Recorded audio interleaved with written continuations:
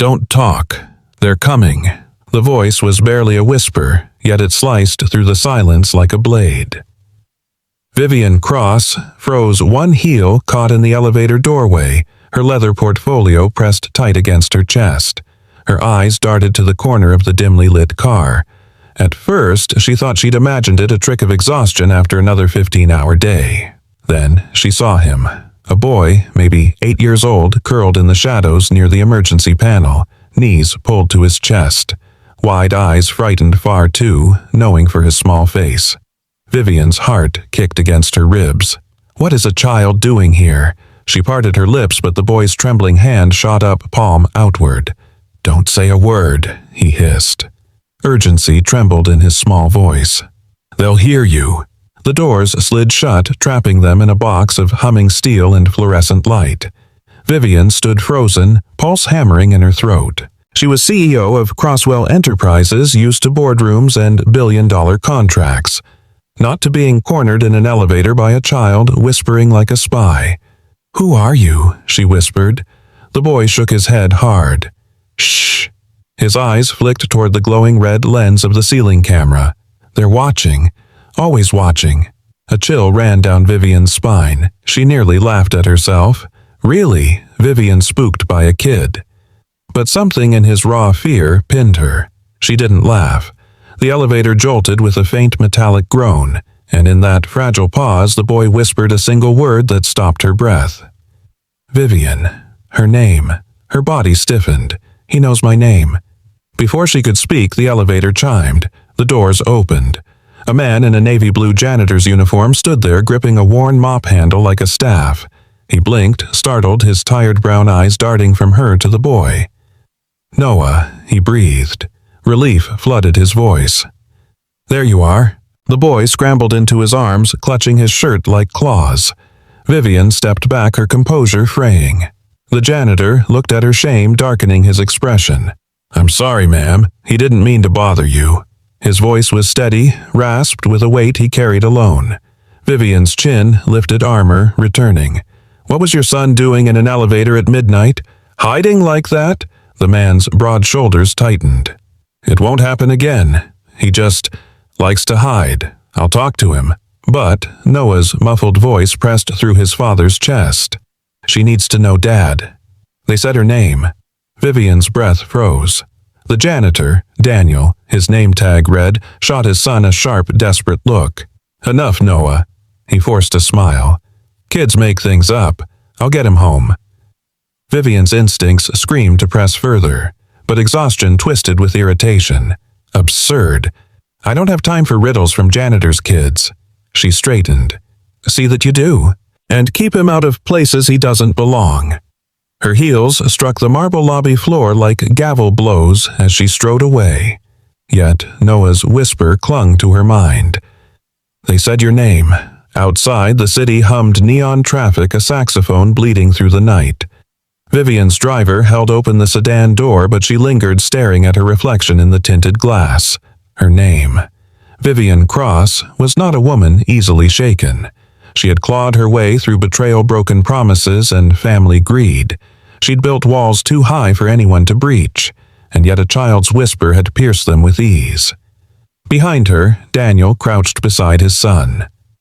"Noah," he said softly, though his tone was firm. "You can't say things like that to strangers, especially not her." Noah's wide eyes brimmed with something deeper than imagination. "But, Dad, I heard them. They said Miss Cross's name. They said tomorrow she'll sign, and then stop." Daniel's voice sharpened. Not anger, fear. His eyes flicked toward the dozing security guard. "We'll talk at home." Noah nodded reluctantly, small hands fisting his father's sleeve. Daniel exhaled. He was used to cleaning up messes no one noticed, but tonight felt different. He saw it in the way his son trembled, and in the fleeting glance Vivian had cast back just once, enough to show she'd heard more than she wanted. And that whisper, "They said your name," was about to change everything. Vivian slid into the sedan. Yet instead of reaching for her phone, she stared out at the glass tower she'd built her empire in. The walls gleamed with power, But for the first time she wondered how much of that power was truly hers. For the first time in years, fear edged her heart. Tomorrow she'll sign. Noah's voice echoed like prophecy. The car pulled away. The tower shrank behind her. But Vivian's thoughts stayed locked in that elevator with a boy who shouldn't have known her name and a janitor whose eyes carried a story untold. Something was coming. She could feel it in her bones. And though she didn't know it yet, she had just stepped into a battle that would test everything she thought she knew about trust betrayal and the quiet truths we hide until they can no longer be ignored. The night bled into morning, but Vivian Cross never closed her eyes. Sleep refused to come. The scene in the elevator replayed on a loop, the boy's wide eyes, his urgent whisper, the way he spoke her name as if he had been listening to ghosts. By sunrise, she told herself it was nothing. Children had wild imaginations, especially janitor's kids. And yet, as she adjusted the collar of her tailored suit in the mirror, the woman staring back didn't look like the one she remembered. Her face was flawless, but her eyes carried something she hadn't allowed in years' doubt. Daniel Cole walked Noah to school under a gray autumn sky. The sidewalks glistened with drizzle. Every step crunched through fallen leaves. Neither spoke the silence heavy. "You shouldn't have said her name," Daniel muttered at last. His voice was low-strained. Noah clutched the straps of his backpack, his shoulders small but stiff. "But I heard them, Dad. In that big office with the glass wall, the man with the silver tie and the woman with the red nails. They said tomorrow she'll sign and then she won't own anything anymore." Daniel froze at the corner. The words sliced through him. He bent down his hands, gripping his son's shoulders. "Noah, listen to me. You can't say things like that. People will think you're making it up. And people like her people at the top, they don't listen to janitor's sons." Noah's lip trembled, but his eyes stayed steady. "But I wasn't making it up. I know what I heard." Daniel shut his eyes. His late wife's voice whispered in memory. "Never teach him to silence the truth, even if the world doesn't want to hear it." He let out a long breath. "I believe you. I just don't want you to get hurt." Noah leaned closer, his voice dropping to the same whisper he'd used in the elevator. "They were laughing when they said it, Dad. Like she was stupid, like she was nothing." His fists clenched. "Grandma always said if you see someone getting stepped on, you help, because next time it could be you." Daniel's throat tightened. His mother's wisdom lived in the boy more than in himself. Later that morning, Vivian entered the 40th floor boardroom. Her heels struck sharp against polished marble. Victor Hale, her COO, rose with a wide smile. His silver tie gleamed under the lights. Beside him, Linda Ross, her CFO, shuffled contracts, her crimson nails tapping against the folder. Vivian Victor said smoothly, "We're right on schedule. Tomorrow's signing puts Crosswell Enterprises on the global map. The Japanese investors are thrilled. You'll have nothing to worry about." Vivian's gaze fixed on the tie. Then the nails. And, like a cold wind, Noah's whisper rushed back the man with the silver tie, the woman with the red nails. She forced a smile, though her heart thundered. "I'll review everything tonight. No surprises." For a fraction of a second, Victor's grin faltered. Then it snapped back in place. "Of course. Trust me, we've handled every detail. All you need to do is sign." Linda slid the folder toward her. Yellow tabs marked the spots. Simple, clean. Her voice was sweet, rehearsed. Vivian's hand hovered above the folder. She didn't touch it. Instead, she leaned back. 10 years, Linda. 15 with you, Victor. I've trusted you both more than anyone. Tell me, what do you call someone who trusts without looking? Victor chuckled, soft and smooth.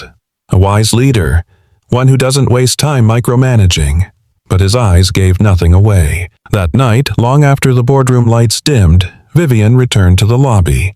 The building was nearly empty, the hum of fluorescent bulbs filling the marble silence.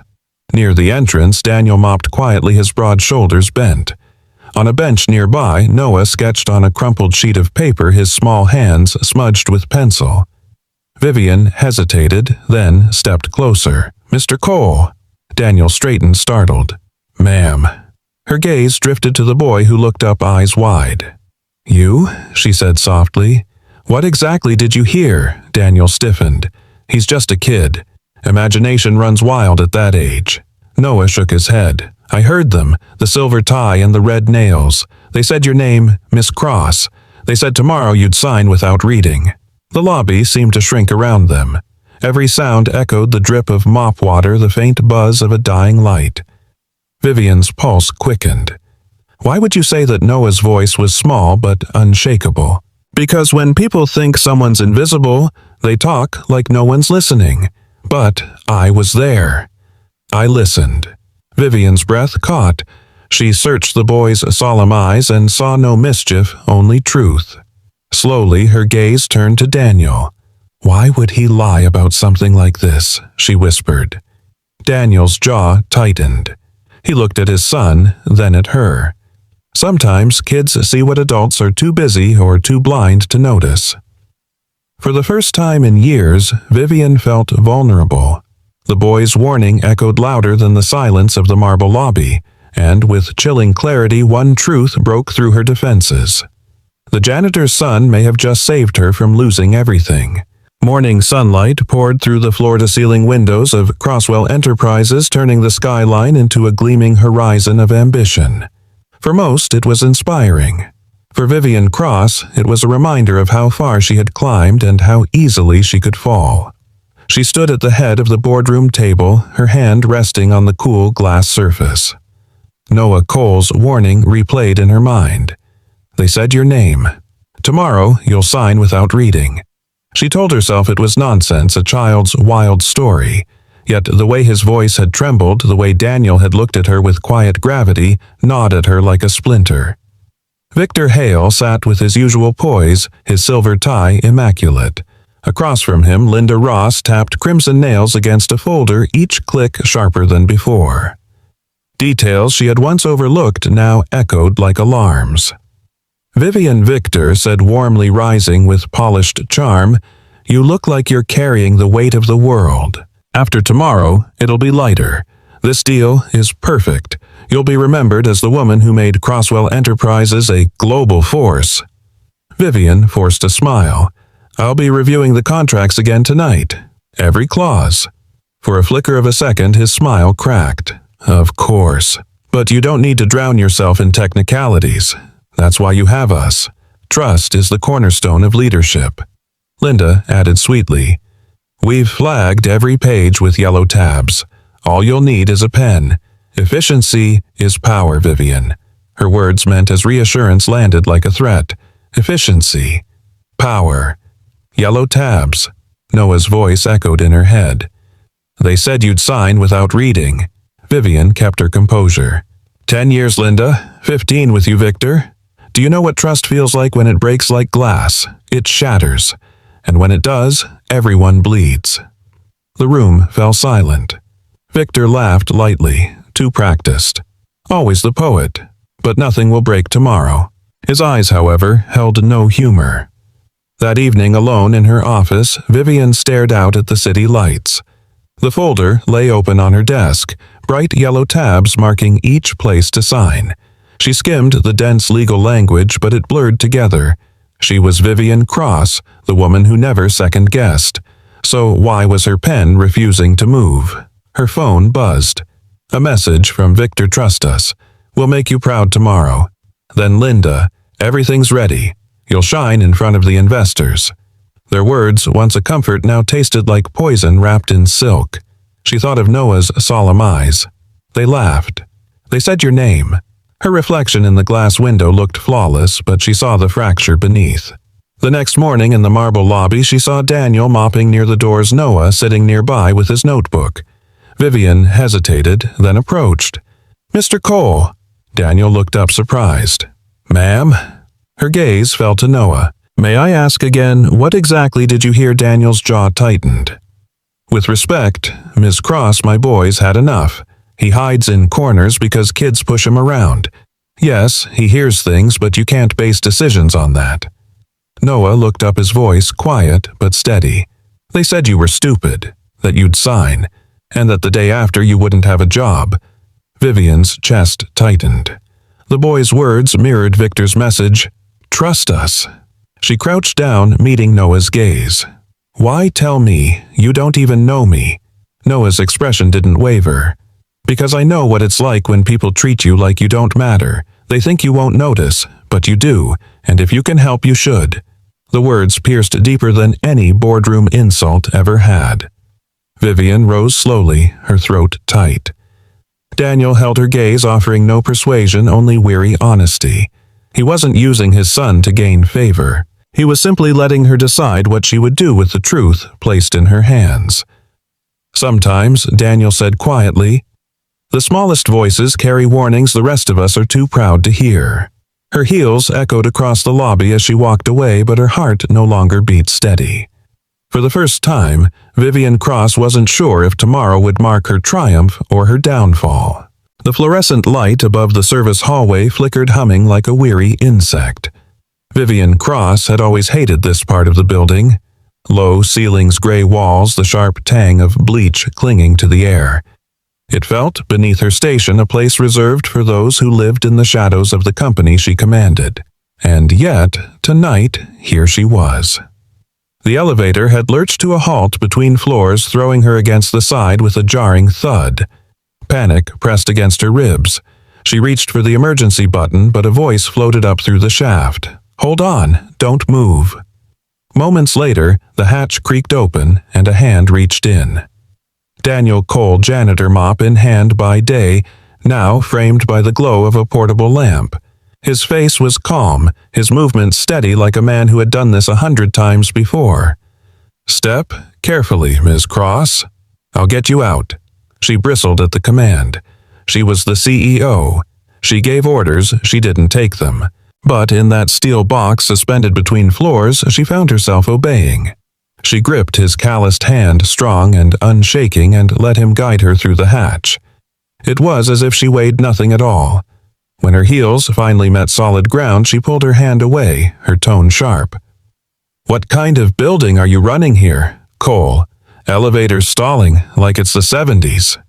Daniel gave a faint smile. "The systems are old. They do what they can. Lucky for you, I know my way around them." Vivian arched a brow. "You know your way around a mop? I didn't realize elevators were in your job description." He crouched and opened a panel, his flashlight cutting through a web of wires. His hands moved with practiced precision, testing, adjusting, coaxing the circuits back to life. Sparks leapt briefly, then steadied into order. Vivian watched curiosity pricking through her irritation.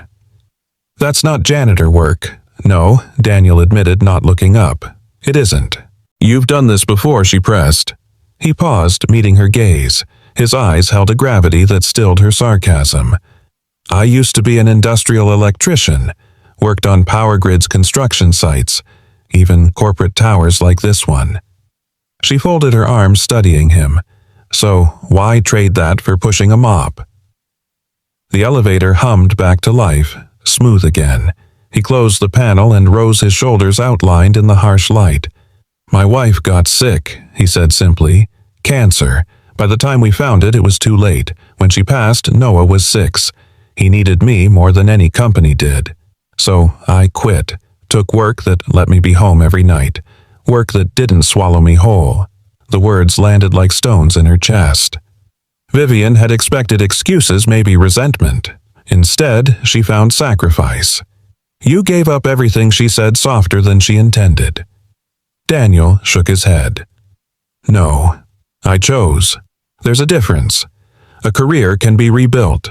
A little boy's childhood can't." Vivian turned away, her throat tight. Rain hammered against the glass of a nearby window, echoing her own storming thoughts. Her father's betrayal surfaced sharp as broken glass the day he'd signed away her family's company under the guise of strategy. She had promised herself never again to be blind, never again to put people above the numbers. And yet, here stood a man who had done the opposite, placing his son above everything, no matter the cost. "Does Noah know?" she asked quietly. Daniel exhaled. "He knows his dad used to work with machines. He doesn't know I gave it all up for him. He just knows I'm there when he wakes up at night." There was no self-pity in his tone, no pride, just truth. You don't even realize it, Vivian murmured, almost to herself. You make the rest of us look hollow. His gaze didn't flinch. I'm not here to make anyone look like anything. I'm just trying to raise my son right. The elevator chimed down the hall, now fixed and ready. Vivian should have walked away. Instead, her voice held her in place. If you were still the man you used to be, she asked, her tone sharp again, masking the crack in her composure, what would you say if people you trusted were plotting against you? Daniel tilted his head, considering.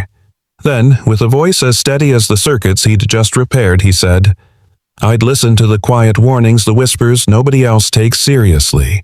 They're usually closer to the truth than the loudest speeches. Noah's voice returned to her, haunting and small. They said your name. Tomorrow, she signs. She loses everything. Vivian's chest tightened. For years, she had trusted Victor and Linda without question. For years, she had mistaken loyalty for competence. What if she'd been blind all along? Daniel gathered his tools and slung the bag over his shoulder. Elevator's safe now. You won't have trouble tomorrow. He turned to leave. Cole, Vivian called. He stopped. You're not what you seem, she said. A faint smile tugged at his mouth. Neither are you. And then he was gone, his footsteps fading into the hum of the building, leaving her with the storm outside. And the storm inside. For the first time in years, Vivian felt something she couldn't outmaneuver with contracts or logic. Not just suspicion, not just fear, but the undeniable sense that the janitor who had once been an electrician might be the only man in this building who truly saw the danger coming. They're doing it again. Noah's whisper barely lifted above the hush of the after-hours lobby. He stood between Daniel and Vivian like a small compass needle trembling toward danger, his hand wrapped tight around his father's sleeve. Rain-silvered streets glowed through the glass. The building hummed with the quiet of machines left to run themselves. Vivian's first instinct was to dismiss him, to say, It's late, you imagined it, but the boy's eyes held a fear too sharp to be fantasy. Daniel didn't speak. He just nodded once, a signal. Lead the way. Noah tugged them down the service corridor, past the freight elevator, into the spine of the floor where the air smelled faintly of dust and paper. He moved with the practiced caution of a child who had learned that safety often lived in the unnoticed corners. They stopped at a narrow alcove behind the executive conference room. A section of the acoustic wall panel stood slightly ajar. Noah pressed a finger to his lips. Here he breathed. You can hear everything. From the other side came the scrape of a chair, the clink of glass on wood, and Victor Hale's baritone smooth as oil. She'll walk in at 2. We'll have the signature packet ready, yellow tabs where we need them, board consents pre-drafted. The joinder to the new holding entity is buried as Exhibit G. She won't read that far. Linda Ross answered her consonants, sharp, efficient. The management continuity clause flips control immediately on execution. She signs, we file the proxy triggers. By close of business, voting rights are ours. Vivian's chest tightened. Legal words she knew too well twisted into razors. Victor chuckled, certain. You've spoon-fed her efficiency for years, Linda. Tomorrow is the payoff. She'll thank us for saving her time while she hands us the keys. Silence on their side of the panel except for 3 breaths, the CEO, the janitor, the child held in the dark like a single cord pulled taut. Daniel shifted just enough to place himself between Vivian and the crack of light, a quiet instinct to shield. Vivian didn't see the move so much as feel its steady anchoring.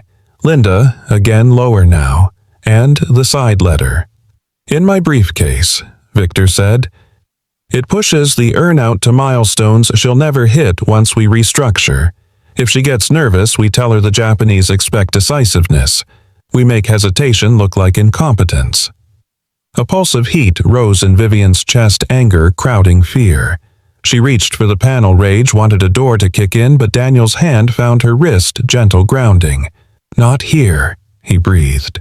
Let them keep talking. Let them hang themselves. On the other side, a page turned. Linda's voice sharpened with contempt. Do you ever wonder if she suspects Victor's answer came with a smile you could hear? Vivian Cross suspects everything except the people closest to her. That's her flaw. Trust dressed as leadership. Comfortable blindness. We've curated it for 15 years. Vivian closed her eyes. The words didn't wound, they confirmed. Every rubber-stamped memo, every late-night reassurance every time she'd chosen speed over scrutiny. It wasn't stupidity. It was fatigue. It was loneliness with a pen. Daniel leaned in his breath, a low threat at her ear. "You're not blind," he whispered. "You're outnumbered. That's different." Footsteps paced the conference room. Ice shifted in a glass. Tomorrow at 1:45, Victor continued. "I walk her through the high points.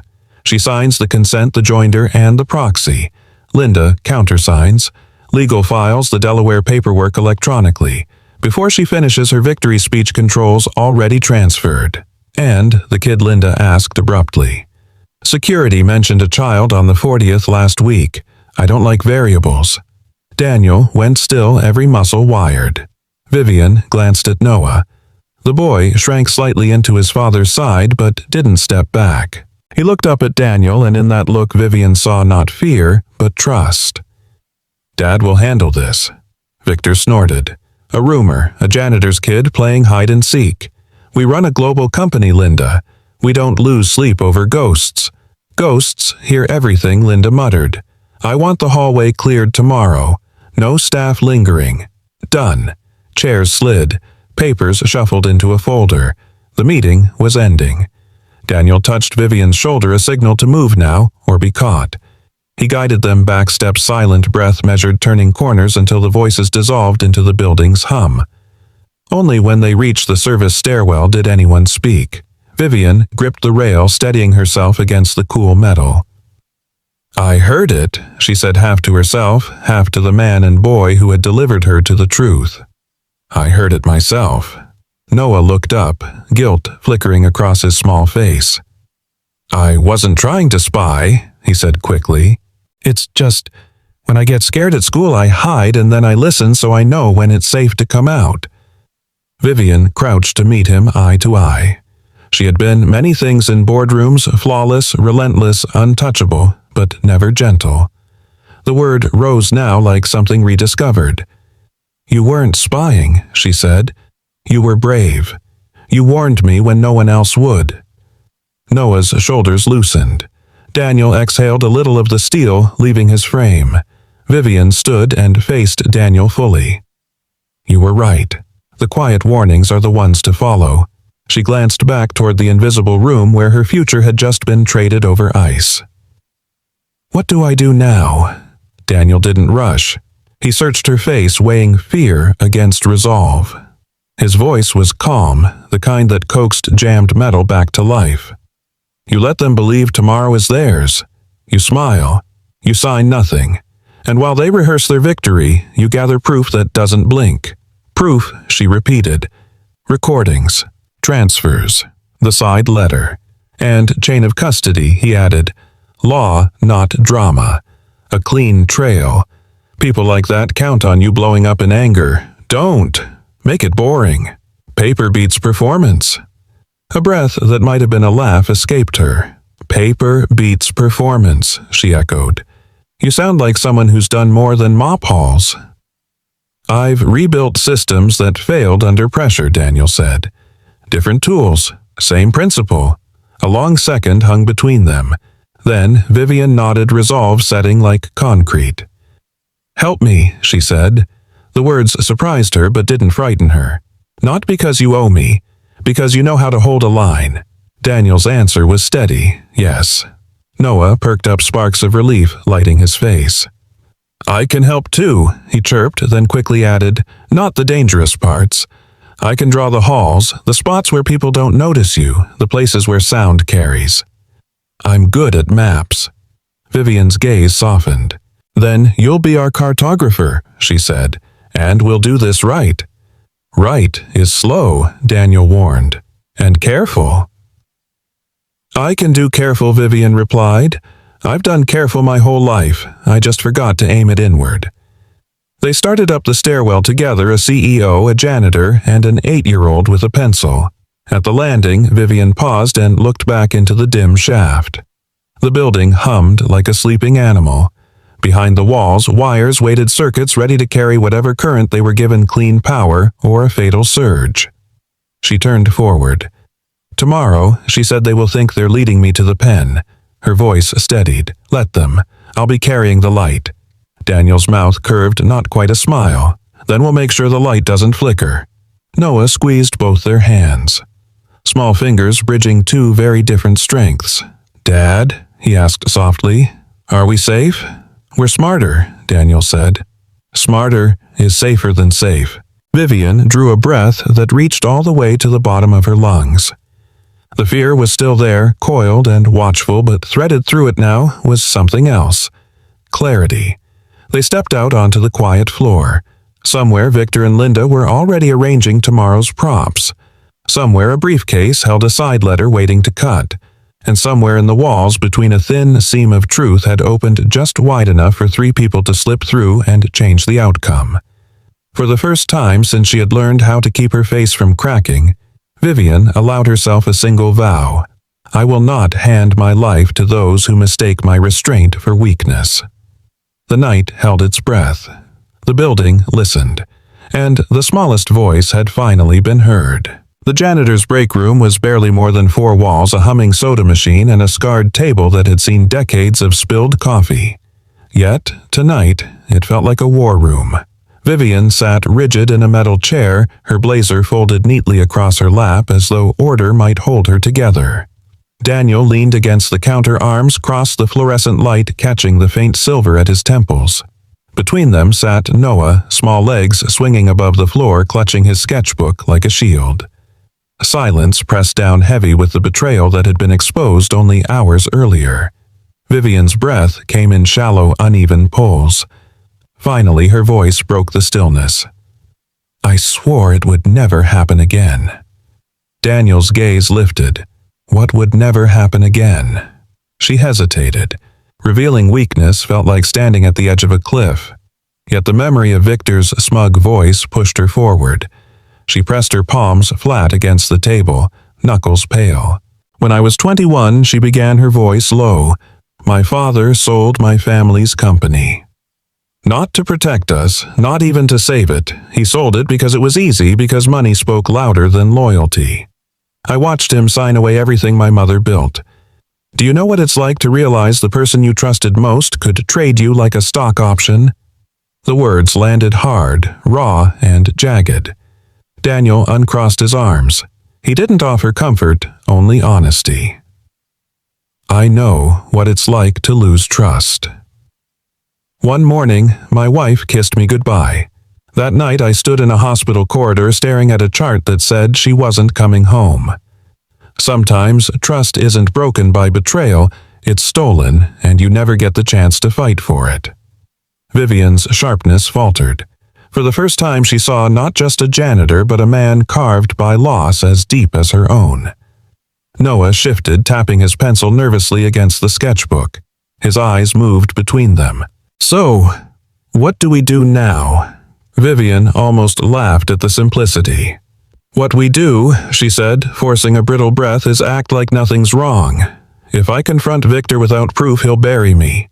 Daniel pushed away from the counter, voice steady. "Then don't confront him. Not yet. Let them think you're still blind. Let them feel safe enough to brag." Her head snapped toward him. "Play weak, play smart," he corrected, stepping closer. "If you strike now, the evidence vanishes. But if you wait, they'll expose themselves." Before she could respond, Noah leaned forward, words tumbling out. "I can help." Both adults turned startled. "They don't notice me," Noah continued quickly. "When kids at school wanted to push me around, I learned how to disappear. Hide in lockers, crawl under stairs, stay so still they forget I exist." He tapped the sketchbook, a child's map of vents and hallways. "If you need someone to listen, I can do it. I already did." Vivian's chest tightened. "Noah," but Daniel crouched beside his son, taking the book gently. He studied the diagram's messy lines, but surprisingly accurate. He'd seen them taped to the fridge before, but only now realized their meaning. Daniel's voice was calm but edged with steel. "You've helped enough. This isn't your fight." Noah's eyes dropped. "I just don't want them to win." The words were soft, but they cut deep. Vivian leaned forward, her tone gentler than she intended. "Daniel?" "He's right. They don't see him. That makes him safer than either of us." Daniel's jaw clenched. "Safer. They threatened you. If they realize a child overheard them," he broke off, fists curling. Noah's small voice returned. "I can do it. I want to." The silence after was heavy. Vivian closed her eyes, hearing again Victor's promises, Linda's cruel laugh. When she opened them, steel glinted there. They won't win. Not this time. Her hand moved across the table, not touching his, but close enough to carry weight. "Then we stand together. If they think I'm weak, let them. If they think you're invisible, Noah, let them. And Daniel, if they think you're just the janitor, let them laugh." Until the moment they realized they underestimated the wrong people. Daniel studied her face. Determination burned there, but beneath it he saw the young woman once betrayed by her father, desperate never to be blind again. Slowly he nodded. "All right. But one rule, Noah's safety comes first. If it's evidence or him, we walk away. Understood?" Vivian hesitated, then whispered, "Understood." Noah, sensing victory, scribbled furiously in his sketchbook. "Then we need a plan." Daniel ruffled his hair, though his hand lingered protectively. "Careful, champ. Planning is easy. Surviving, that's the hard part." For the first time that night, Vivian's lips curved into a faint smile. "Then let's make sure we do both." The soda machine hummed louder, like a mechanical heartbeat. In that dingy break room, an unlikely trio, CEO, janitor, and boy, sat bound not by contracts or blood, but by necessity. And somewhere beyond those thin walls, Victor and Linda plotted, certain of their victory. They didn't know that in the shadows an alliance had been forged, fragile, imperfect, dangerous, but stronger than anyone could imagine. By noon, the building had the hush of a church before a verdict. Vivian crossed the executive floor with the calm precision of a surgeon, each step measured, refusing to betray how fast her pulse ran. Victor waited in the private lounge, a glass box cantilevered over the 39th floor espresso. Steaming smile polished to a mirror. Linda stood at the window, her reflection a crimson slash against the city. Vivian Victor purred, rising. The clink of porcelain on saucer rang like a tiny bell. "You look exhausted. Leadership does that. It steals sleep and pays it back in legacy." She set her briefcase down. "Legacy can wait. Clarity can't. Then clarity you'll have." He slid a slim folder across the table. "Talking points for tomorrow.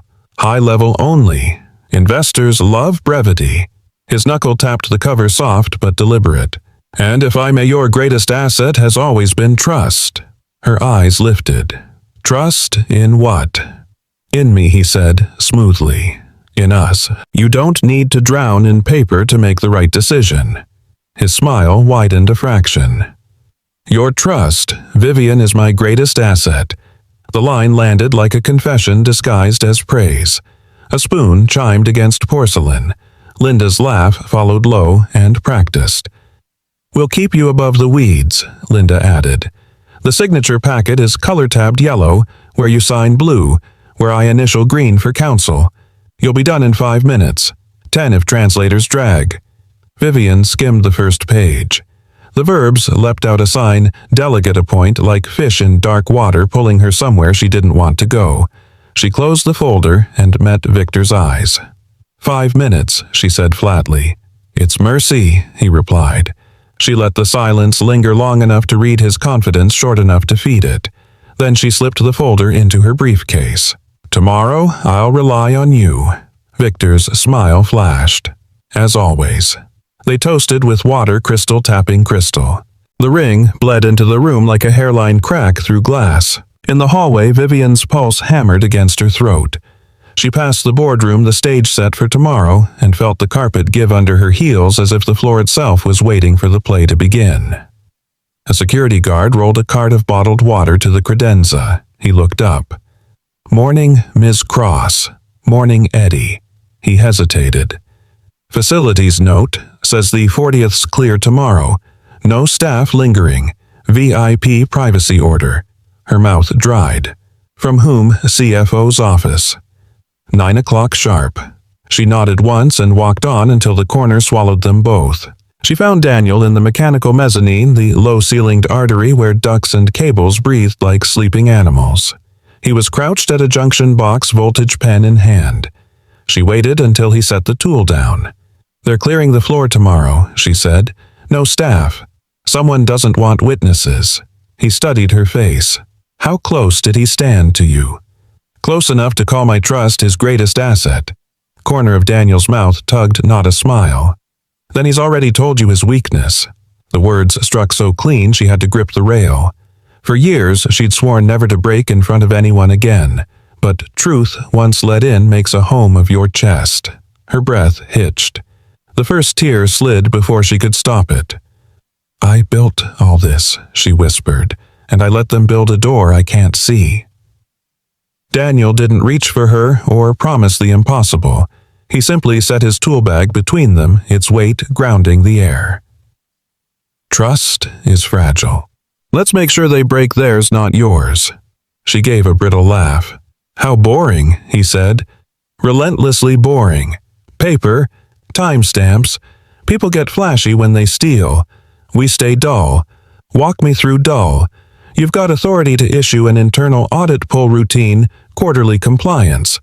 Ask for full print logs from the executive wing badge swipes for finance and legal shred manifests for the last 30 days. Lock email threads containing proxy and joinder, continuity, and a side letter." "They'll panic," she said. "They'll relax," he countered. "Audits are white noise to people who think they're smarter than the system. While they relax, we watch where their eyes jump." She steadied. "And the side letter, not in shared drives. Not in minutes. It's in a briefcase or personal cloud, which means they have to carry it into the room." His knuckle tapped the bag. "Confidence makes people sloppy. That's our window." She studied him. "You sound like a man who's pulled a company off a live wire." "I've pulled men off live wires," he said simply. "Principle's the same." She drew herself straighter. "I'll issue the audit pull, quietly. And I'll send Victor a message that sounds like surrender." "Good," Daniel said. "Let him believe a story you've stopped believing."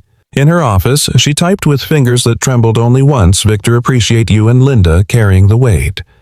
I'll rely on your guidance tomorrow and keep remarks short. Please have the tabs ready. V." His reply came in under a minute.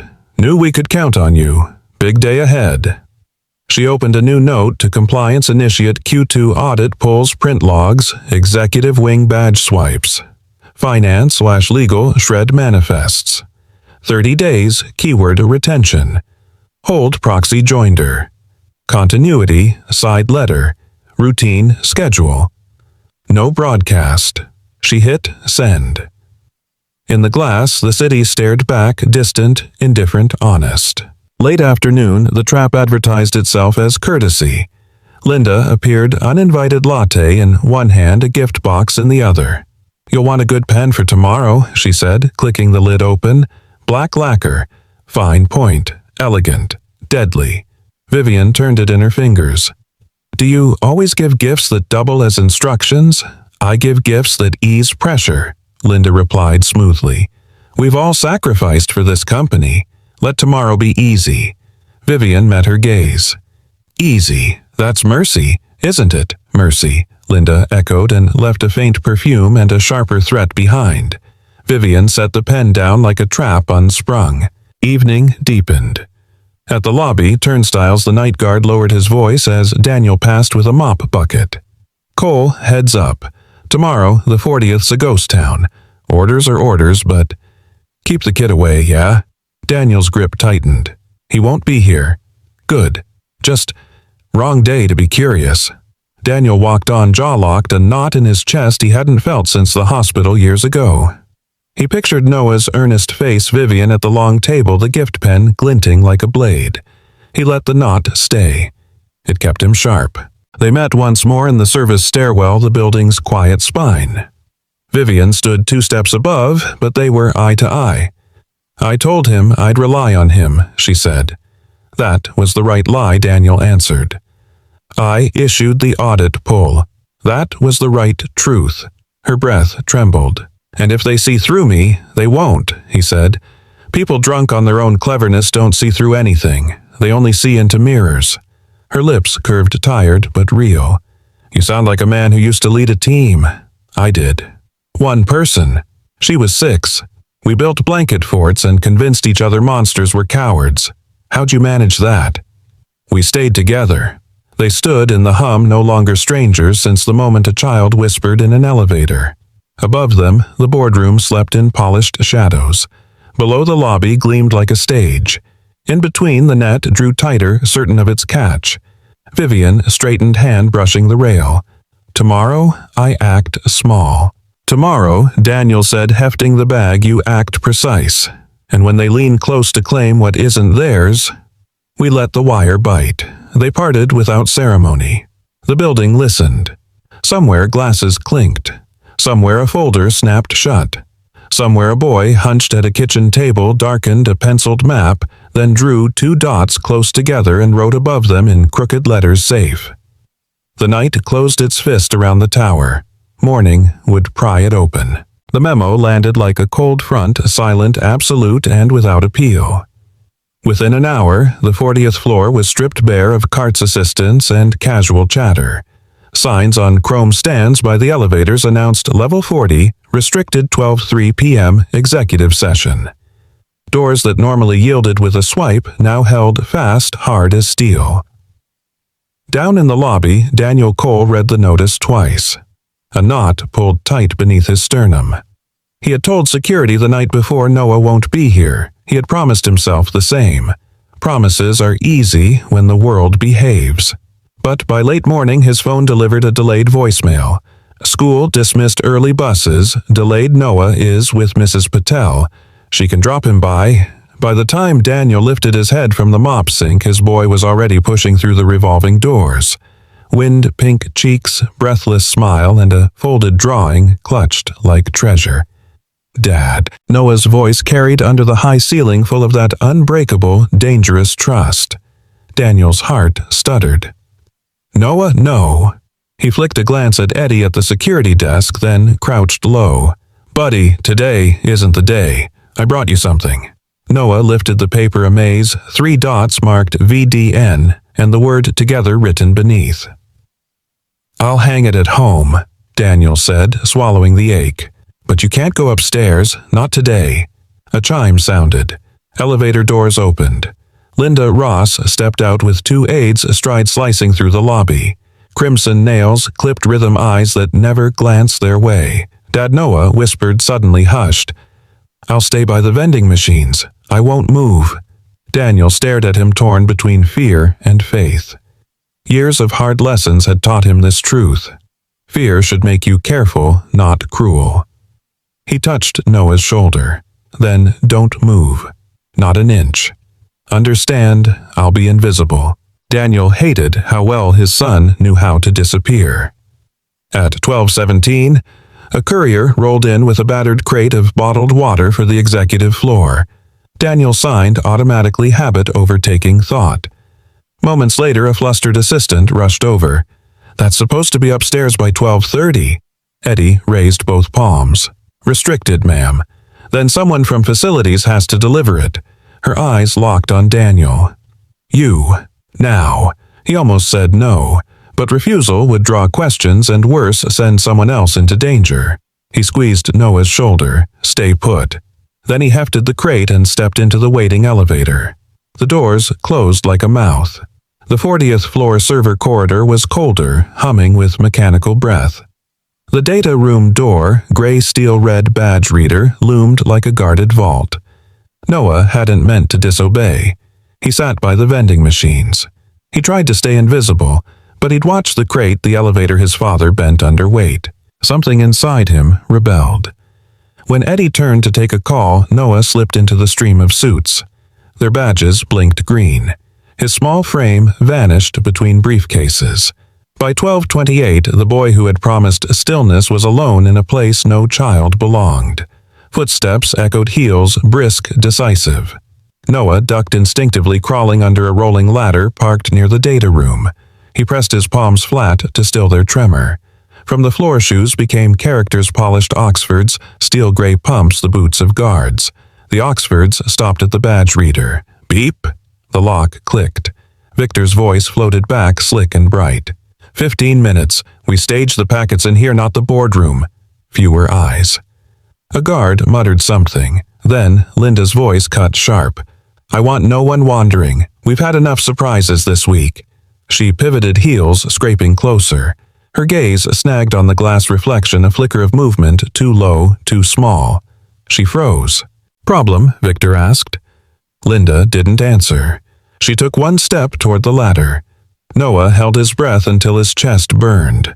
Then a door banged down the corridor. Delivery for conference. Daniel called steady by will alone. Linda's head snapped toward the sound. Leave it at the credenza, she ordered coolly, and clear this hallway. Daniel's eyes swept once, just enough to catch the edge of small sneakers beneath the ladder. Lightning surged his blood. He didn't look again. He carried the crate moving as if the world were ordinary.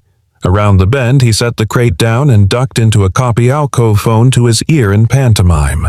Behind the mask, the rescuer in him woke the man who had once pulled colleagues out of live wires and fire. He counted seconds, then circled back through a service passage. The ladder sat untouched. Daniel dropped to a knee handy, reaching into the shadows. He found his son's trembling wrist and pulled him free. Don't talk, Daniel whispered. Walk. Together, they moved as one shadow. Voices swelled behind them, Victor's again, cruel and certain. By the time she thanks us for our stewardship, she'll have nothing left. Laughter followed. Daniel's jaw clenched. He shielded Noah with his body and pressed forward. The elevator bank loomed. Doors slid open and Linda Ross stepped out alone, folder in hand. She stopped, her eyes catching them like prey. The pause stretched. Then her mouth curved, not a smile, but a calculation. Mr. Cole, she said warmly. Busy day, isn't it?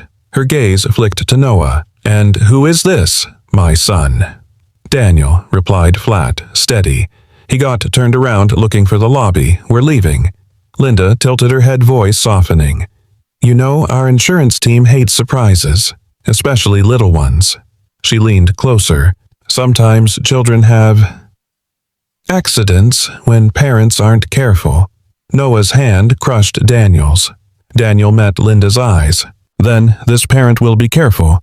Starting now. He brushed past. She didn't move. She simply let him fit. In the elevator, he pressed lobby with a finger that didn't shake. The doors sealed, cutting off her hollow smile. Only then did he breathe. You okay? I'm sorry, Noah whispered. I just wanted to make sure you weren't alone. Daniel's chest tightened. Being brave doesn't always mean stepping closer, he said. Sometimes it means staying where someone can protect you. The elevator chimed. Lobby. He guided Noah out, keeping his body between him and every line of sight. Eddie's worried glance met his, but no questions came. Daniel nodded later and steered Noah into a side corridor. Vivian was waiting there as if pulled by the gravity of their need. One look at Daniel's face and she reached for Noah, not to claim, but to steady. Are you hurt? Noah shook his head. I messed up. Vivian crouched. You tried to help. Now help me by letting your dad keep you safe. The boy nodded, biting his lip. He pressed the drawing into her hands. This was for him. But maybe it's for you, too. She unfolded it, 3 dots in a maze. Together. Something in her defenses cracked but did not break. She lifted her eyes to Daniel. What did she say? Daniel's jaw flexed. That accidents happen to kids when parents aren't careful. Vivian's eyes turned cold, not cruel, but resolved. Then let's make this the safest building a child has ever stood in. He searched her face for any tremor of doubt. He found none, only steel tempered by promise. I'll call in a friend, he said. Someone who can document without being seen. If we set this right, Noah never has to be near it again. Vivian slipped the drawing into her portfolio as if it were sacred. Do it. And Daniel. She paused, voice steady. Thank you. For what? For not exploding. Not exploding keeps people alive, he said, glancing at Noah. Starting with you. Starting with me, Noah echoed. They moved as a unit out to the side exit into the city's ordinary noise.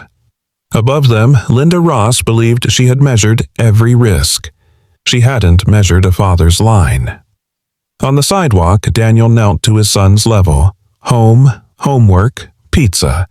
Your job is to forget this floor exists until I say otherwise.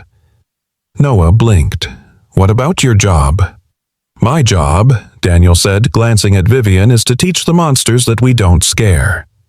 Vivian's phone buzzed with another trap disguised as a meeting. She silenced it. The drawing rustled in her bag like a stubborn truth.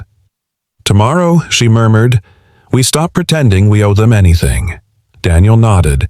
Tomorrow, we make the wire bite. Father and son turned toward the subway. Vivian toward the tower. The city exhaled. The danger had only shown its face, but that finally gave them something stronger than fear to hold a plan, a boundary, and a promise carved into the quiet. The diner on 7th still smelled of burnt coffee and second chances. Neon hummed against the window, tinting the linoleum in a tired pink. Daniel sat in a corner booth back to the wall, eyes fixed on the door. Vivian slid into the seat across from him, the CEO who had learned to make stillness look like power. Between them sat an empty sugar caddy, neutral ground. A bell jingled. Mark Rivera entered like a man who'd already heard too many lies to be fooled by another. Mid-40s sleeves rolled the quiet economy of a cop who had traded his badge for a PI license and clients who needed truth more than applause. He scanned the room once, then walked straight to their booth. You look the same, Daniel said. Only in bad lighting, Mark replied, setting a battered messenger bag beside him. His eyes shifted to Vivian. You must be the woman who forgot how to be afraid. Vivian didn't blink. I didn't forget, she said. I just ran out of time. Mark's mouth curved slightly. He slid a black case across the table and opened it. Inside lay a body recorder no bigger than a car key. A pen that wasn't just a pen and 2 coin-sized buttons. Ground rules, he said. We record lawfully or we don't record at all. This is a one-party consent state, if you're in the conversation and you agree the audio's clean. As for video, the boardroom is your property, so hidden cameras are fine with owner authorization. No expectation of privacy in a corporate meeting. He looked squarely at Vivian. I'll need written authorization from you. Clear, she said. No scripts, Mark continued. We're not cops, so entrapment doesn't apply, but juries hate performances. Don't bait, don't lead, ask the questions you'd normally ask, summarize the side letter, walk me through execution, let them brag. Time-stamps beat charm, chain of custody beats charisma. Vivian's voice was steady. We launched an internal audit yesterday, badge logs shred. Manifests, keyword. Holds on, proxy joinder continuity, side letters. It'll look routine. That was smart, Mark said. The audit builds a paper spine. These, he gestured to the devices, give it nerves. He pushed the recorder toward her. Clips inside your jacket. 1 click to start, 1 click to stop. The pen's backup. The buttons are cameras, 1 in the smoke detector, 1 in the AV closet. Daniel frowned. What if they clear the floor? I saw the memo, Mark said. Vivian authorizes an AV test today. I'll go in as a vendor badge from a contractor I consult for. We place the gear after hours. He looked to Daniel. You and I sync clocks to NIST time and seal evidence bags on site. Boring is what survives court. The waitress poured coffee. 3 mugs steamed between them. Vivian wrapped her hands around the heat, and, after Mark lowered his voice, once we have what we need, I'll take it straight to the U.S. Attorney's office and the bureau contact who still owes me. They don't kick down doors for allegations. They move on audio, video, and a paper trail they can defend. Vivian nodded. Then we give them all 3. At 3:40 p.m., an AV tech with a contractor badge rolled a cart into the executive boardroom. The AV tech was Mark. The cart disguised a Pelican case. Vivian stood by the window, the city glowing under late sun. You have my authorization in writing, she said. Already signed, Mark replied. He pulled down the smoke sensor cover, placed the button camera, and snapped it back. Wide angle. No distortion. It catches the table, not the ceiling. In the AV closet, he positioned the second camera through the vent grill. Redundancy isn't paranoia, it's manners. A slim mic slid under Vivian's chair. Primary audio is your body recorder. This is insurance. He turned to Daniel. Time synced. Daniel confirmed. 58 seconds past the hour. Mark clicked a slate. Device A on at 15:41:02. Device B at 15:41:06. Body recorder test. Vivian clipped the recorder inside her blazer and pressed. A faint buzz. Testing. This is Vivian Cross authorizing audio and video recording in the Crosswell boardroom for security and archival purposes. Mark nodded. Perfect. You sound like a CEO. She gave the faintest smile. I am. When they finished, the room looked untouched, sleek, indifferent waiting. Tomorrow, Mark said, shouldering his bag, you walk in like always. And when they say the thing they can't help but say, we let the wire bite, Daniel finished. Mark studied him. You've changed. Daniel didn't answer. He was listening to air that felt like a heartbeat. At 5:20 p.m. in a small kitchen across town, Noah sat at the table with a workbook and a plate of pizza rolls cooling like moons. He watched his dad pack a canvas pouch Faraday bag Tamperseal's custody log. Do I get a job? Noah asked. Daniel slid him a flyer. After-school tutoring. Mrs. Patel, 4 to 6 p.m. He circled the time. Your job is to be exactly there, not upstairs, not late. Noah pouted. But I know the quiet places. I know where vents carry sound. You already told me, Daniel said, tapping the boy's hand-drawn maps. That's enough. Being brave doesn't always mean being close. Noah's voice dropped. What if they hurt you? They won't, Daniel said. People like that only swing when they think you're tied up. You won't be tied up, not when I've got you to come home to. He smoothed Noah's hair. Listen to Mrs. Patel. Learn something boring and beautiful. Math saves people from bad deals. Noah scribbled 3 dots in a tiny maze with the word together. He tore the strip and handed it over. For your pocket. Daniel slipped it behind his license. For my pocket. Dusk cloaked the tower like a verdict. Vivian stood at her office window when her phone buzzed. A text from Victor Investors, thrilled for tomorrow. You'll only need 5 minutes. Bring that pen. She typed back, understood. I'll rely on your guidance. Then set the phone down, hands trembling in secret. A knock. Daniel stepped in with Mark behind him. Different kinds of steadiness filled the room, grief's steel and interrogation's calm. Vivian's shoulders lowered half an inch. Compliance pinged, she said. The audit is tugging threads. Badge logs show late-night data room entries. Shred bins spiked last week. Good, Mark said. Tomorrow, we give that paper a voice. He held up a clear evidence pouch. When the meeting ends, you walk straight to me. We stop the recorder, seal it, sign the tape. No detours, no victory laps. Vivian nodded. No victory laps. Daniel hesitated at the door. One more thing, he said, voice tight. If Linda so much as breathes in Noah's direction, she won't. Vivian said not as comfort, but as decision. I'll see to it. Daniel's jaw eased. He turned to Mark. 7:30 AV check. 1:30. We stage the room. 2 Hudru. They think they win.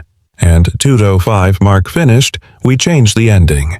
Night fell. The city lit its lamps. Somewhere a saxophone traded loneliness for sound.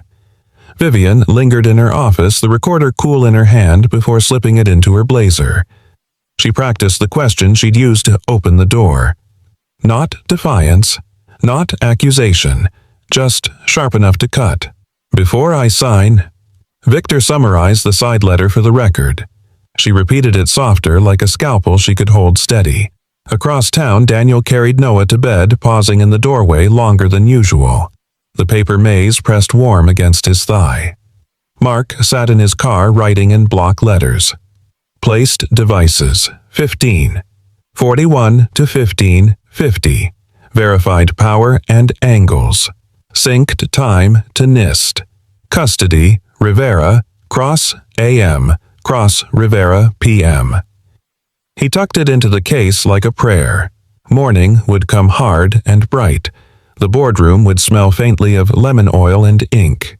Victor would polish his smile. Linda would lay out the pen like a promise. The directors would nod in all the right places. And at the head of the table, a woman who had learned the cost of trust would ask for a summary for the record.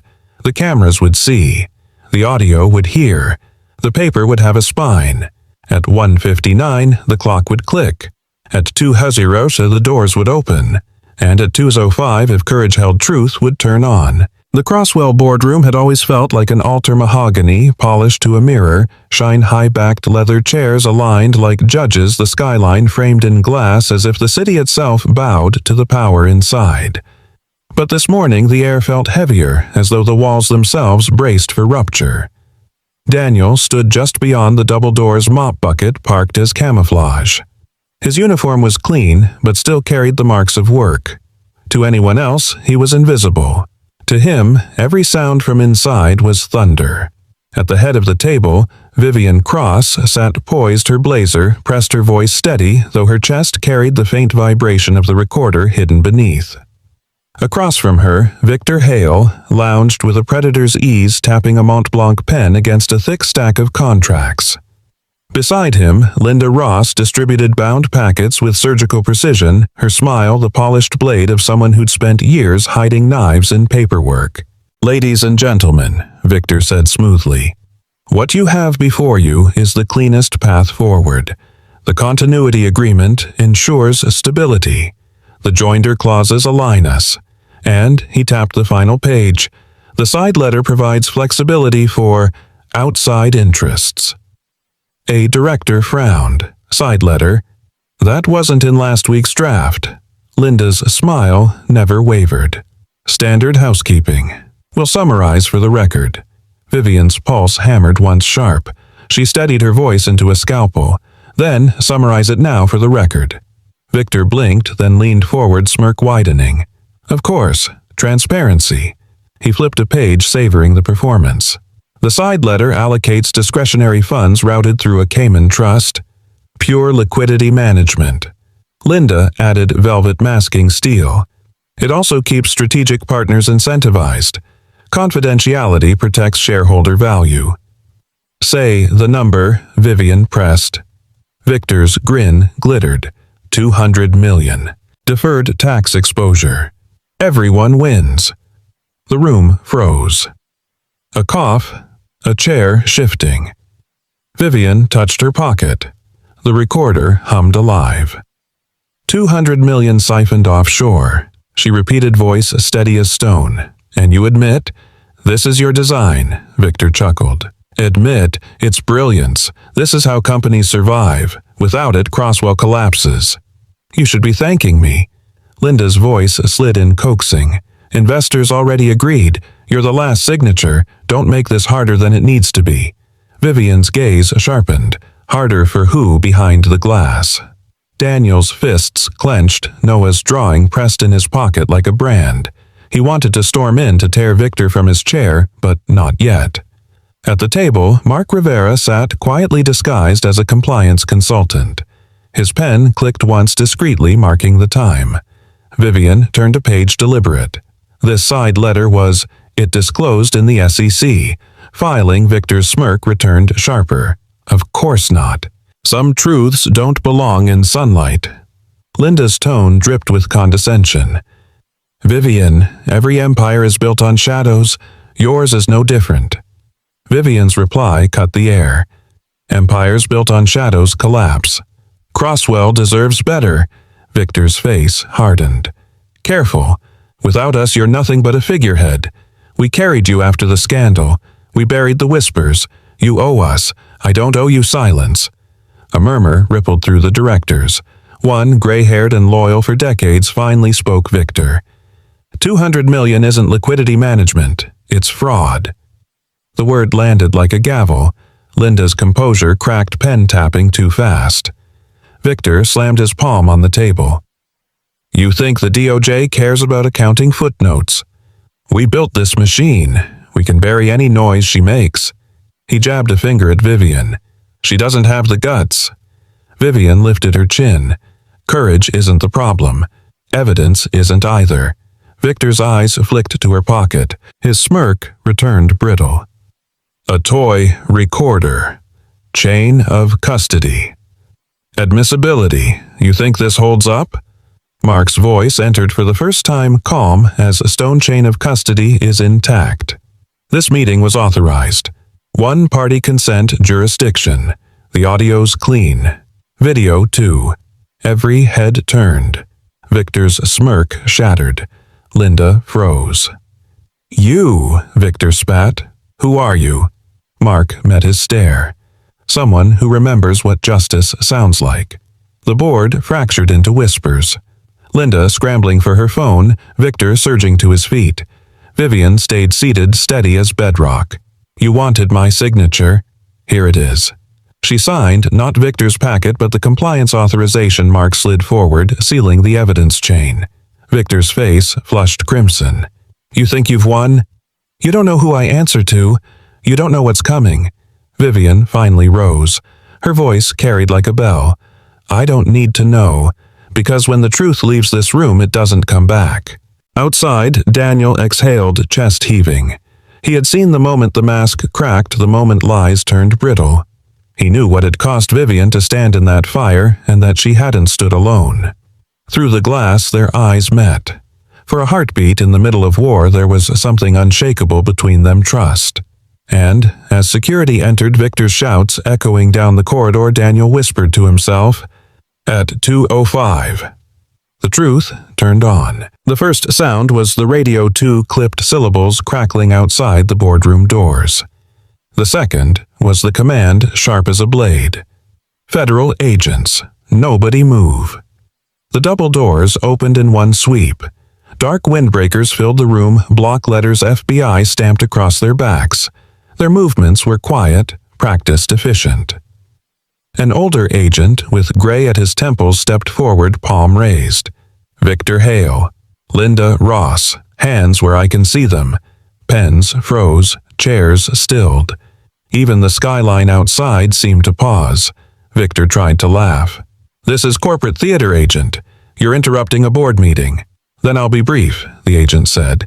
Mr. Hale, Ms. Ross, you're under arrest for conspiracy to commit wire fraud, securities fraud, and money laundering. We have a signed warrant, asset freeze orders, and preservation notices for all systems. Stand. A sound followed, unmistakable. Metal kissing metal. Click, click. The room inhaled as one. Linda's voice broke. You can't. This is a misunderstanding. We were protecting shareholder value. The agent didn't look at her. You have the right to remain silent. I suggest you use it. Across the table, Vivian sat very still, her hand resting over the recorder hidden in her blazer. She didn't smile. She didn't flinch. When Victor's eyes finally met hers, she saw what arrogance looks like when it realizes it's mortal. You did this, he hissed. I told the truth, she said evenly. It walked here on its own. Mark Rivera stood. The quiet consultant dropped his disguise. From his bag, he produced a sealed evidence pouch. Chain of custody begins now, he said. Voice calm, professional. Primary audio from Ms. Cross. Secondary audio under her chair. 2 cameras, a ceiling sensor, and AV vent. All time synced. My authorization letters and placement log are inside. The agent checked the seals and nodded. Thank you for keeping this clean. He gestured to his team. Photograph everything. Bag all devices, laptops, and the red briefcase by Mr. Hale. Everything logged. One director whispered, Agent. What happens to the company? Today, the agent replied. It keeps breathing.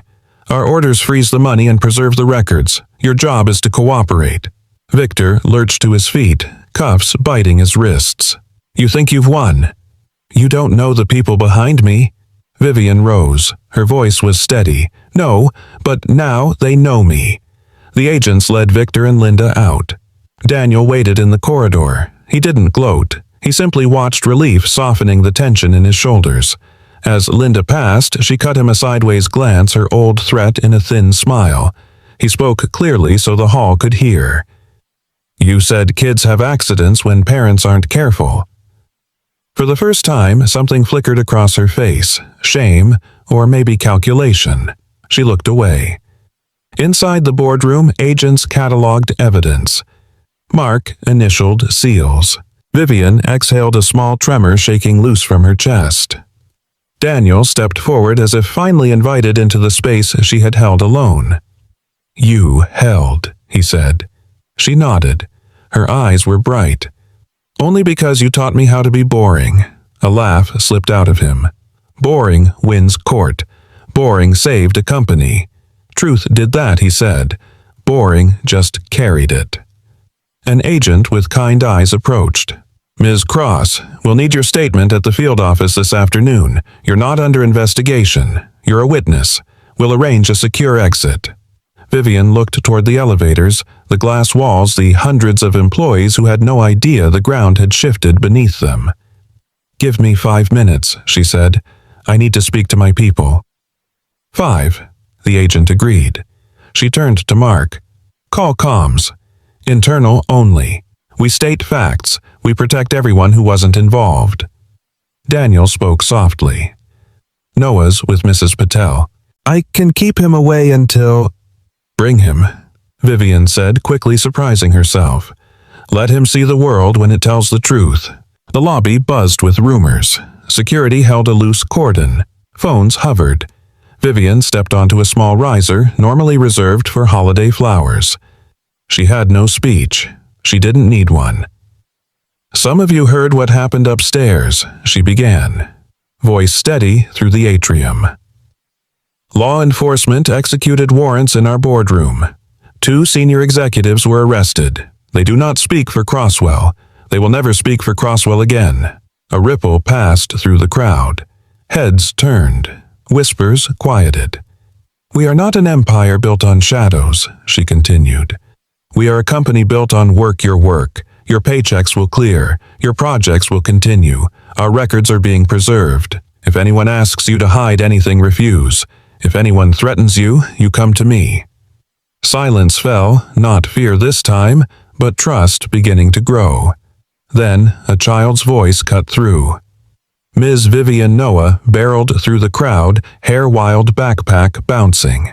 Daniel followed, scanning faces steady as ever. Noah didn't stop. He collided with Vivian, wrapping small arms around her waist. For the first time in years, Vivian let herself fold. She crouched down and held him tight, the world shrinking to his heartbeat against her ribs. "You saved me," she whispered. Noah pulled back, serious. "You saved you. I just told you where the quiet was." Daniel stood close enough to protect, far enough to give space. His chest finally slowed the storm easing inside him. Agent Morales, the kind-eyed one, spoke gently. "Cross. We can escort you now." Vivian smoothed Noah's hair. She looked at Daniel. "Come with me," she said, then to Noah. "And you, counselor?" "I'm not a counselor," Noah protested. "You are today," she answered. The field office was plain, neutral carpet, plastic cups of water fluorescent light. No skyline, no mahogany. Just honesty. Vivian gave her statement. Dates, names, the words Victor had trusted to the dark. Mark handed over sealed bags. Device A, body audio. Device B, chair audio. Devices C and D, cameras. Signed and logged. Agent Morales accepted them. "We'll present this to the U.S. Attorney today. First court appearance tomorrow. With these recordings, this case has teeth." Noah raised his hand, small voice serious. "Will they go to prison?" Morales leaned forward. "That's up to a judge and jury. But when people steal, we make it hard for them to keep what isn't theirs." Noah nodded, satisfied. Vivian turned to Daniel. "I owe you," he stopped her. "Don't finish that. Owing turns gratitude into a contract." His voice softened. "Let it be family instead." Something unguarded passed between them, recognition, not rescue. 8 weeks later, the verdict came. Victor Hale, guilty on all counts. Linda Ross, guilty on conspiracy and money laundering after a plea. The judge spoke of trust betrayed markets that depend on daylight and ordinary people harmed. Sentencing would follow. Assets would be forfeited. Outside cameras swarmed. Vivian paused only once. Integrity isn't a slogan, she told the microphones. It's payroll. It's pensions. It's the roof over families. Then she walked on. On the courthouse steps, Noah slipped his hand into hers. So? It's over, Daniel answered. The worst part is, now we build the better part. Vivian looked at them both, father and son, and felt her old life finally loosen its grip. They walked slowly to the curb, past microphones, past shadows, into the winter sun that had fought its way through clouds. At the corner, Noah tugged them to a stop. "Can we get pizza?" he asked, as if justice needed cheese to stick. Daniel laughed. "Kids got priorities." Vivian smiled. Not the investor smile, but one born at the eyes spreading all the way down. "Pizza," she said. And then she looked at Noah. "Maybe you help me design something for kids who know where the quiet is." His grin was instant. "I can draw it tonight." "Good," Daniel said, "because tomorrow starts early." They crossed with the light. 3 shadows braided on the crosswalk. No titles, no glass walls. Just the steady math of ordinary steps carrying them from the place where truth was recorded to the simple places where healing begins: a red checkered table, a slice too hot to hold, and a promise no one needed to sign. Behind them, a tower kept breathing. Ahead, a door jingled open, and for the first time in a long time, the world felt correctly sized. The snow came late that winter, laying a hush over the city like a white quilt, softening even the sharp edges of glass and steel. Daniel stood at the curb in front of a modest 2-story brick house tucked into a quiet neighborhood. It wasn't grand, but it had a porch swing, a narrow walkway lined with old maples, and a chimney that still remembered the smell of wood smoke. He shifted Noah's backpack higher on his shoulder. "Well, buddy," he said, voice warm with disbelief, "this is it. What do you think?" Noah's eyes widened as if he were seeing a castle. "It has a porch, Dad." "Can we get a dog?" "Dogs love porches." Daniel laughed, rough and full, the kind of laugh he hadn't let himself have in years. "Let's start with a welcome mat before we add a dog." A sleek, black car pulled up, tires crunching against the snow. Vivian stepped out wrapped in a long wool coat, her breath blooming white in the air. She looked at the house, then at the boy, then at the man who had walked through fire with her. "It feels like the right place," she said softly. Daniel studied her face, half expecting the guarded mask of a CEO, but there was none. Just a woman who had been bruised, broken, and healed, and was still standing. Inside, the house smelled faintly of cedar and fresh paint. The realtor had called it cozy. To Daniel, it felt like possibility. To Noah, it felt like running space. He darted down hallways announcing every discovery as if he'd found treasure. "There's a fireplace. A real one. And 2 bedrooms upstairs. Dad, 2 bedrooms. That means one for me and one for—" He stopped, cheeks, pinking eyes flicking toward Vivian. Vivian crouched down, reading the hope trembling in his voice. "For friends," she said gently, "or for when I stay late, helping with homework. This house can hold more than walls, Noah. It can hold us." Noah grinned, gap-toothed, the smile of a boy who no longer had to hide. Daniel leaned against the doorframe, arms crossed. "You say that like you're signing a contract." Vivian's gaze held steady. Not a contract, a promise. The silence that followed wasn't empty. It was rich, like the pause before music begins. That evening they built their first fire. Daniel fumbled with kindling, muttering until Vivian laughed and nudged him aside. "Step aside, janitor. I've handled tougher negotiations than this fireplace." "Is that so?" Daniel teased. "Show me the boardroom strategy for pine logs." Eventually the flames caught small at first, then steady, washing the room in gold. They ate pizza cross-legged on the living room floor, paper plates balanced on knees, hot cheese stretching into laughter. Noah stuffed a slice into his mouth and muffled, "Best pizza ever." Vivian smiled. That's because victory changes the flavor of everything. Daniel looked at her. Really looked and felt the truth of it. Victory wasn't the headlines or the verdict. It was this one boy laughing with his mouth full, one woman leaning against the hearth, and the heartbeat of a house learning their names. Later, when Noah had fallen asleep upstairs under a new blanket, Daniel and Vivian sat by the fading fire. The silence between them was tender, not heavy. "I keep thinking about what you said that night," Vivian murmured. "Boring, wins, court." Daniel chuckled. "Not my most romantic line. It was perfect," she said, "because it was true, and because it was you." He turned toward her shadows, painting his face. "Vivian, we've been standing in other people's storms for so long. What if just once we stood still for ourselves?" Her breath caught. She reached for his hand, their fingers locking together as if they'd been practicing it for years. "Then let's stand still," she whispered. Spring came slow and patient. Buds cracked open on the old maples. The porch swing creaked to a new rhythm. Mornings of coffee, evenings of conversation. Noah's laughter spilled out of an upstairs window like music. Vivian smiled more often, and not because of shareholders or strategy, because of life. One Saturday, Noah dragged a box of crayons to the kitchen table. "I'm drawing us," he announced. "Go easy on the wrinkles," Daniel teased. Noah smirked. "Don't worry, Dad. I'll make you look younger than you act." Vivian leaned over his shoulder. On the paper, 3 stick figures held hands in front of a house. Above them, a crooked sun shone, and under their feet, written in a child's uneven scrawl, were the words, "Home, finally." Vivian pressed a hand to her mouth, eyes bright. Daniel brushed his son's hair back. "Not bad, kid," he said, voice thick. "Not bad at all," Vivian whispered. In that kitchen with crayons, coffee mugs, and the hum of a refrigerator just starting its life with them, they realized something simple. Justice had given them peace.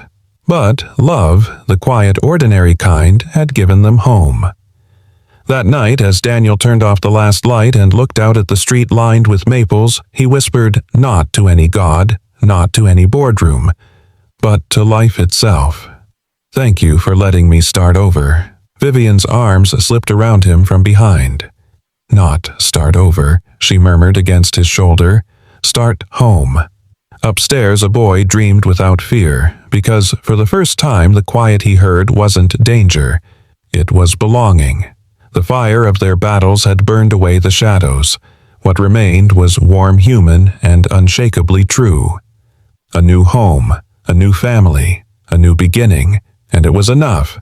And so their story reminds us that even in the quietest corners, love can still find a home. Healing doesn't always arrive with fireworks. It comes in the gentle laughter of a child, the warmth of a hand held, and the promise of a tomorrow that feels safe. Now, I'd love to hear from you. Where in the world are you listening from tonight? Share your thoughts in the comments. I read every single one, and your stories inspire me just as much as these tales. If this story touched your heart, please subscribe to the channel and join our community of listeners who believe in hope, kindness, and second chances. And finally, thank you. Truly, thank you for giving your time to be here, to feel, to remember, and to dream with me. Until the next story, may you carry this light into your own life.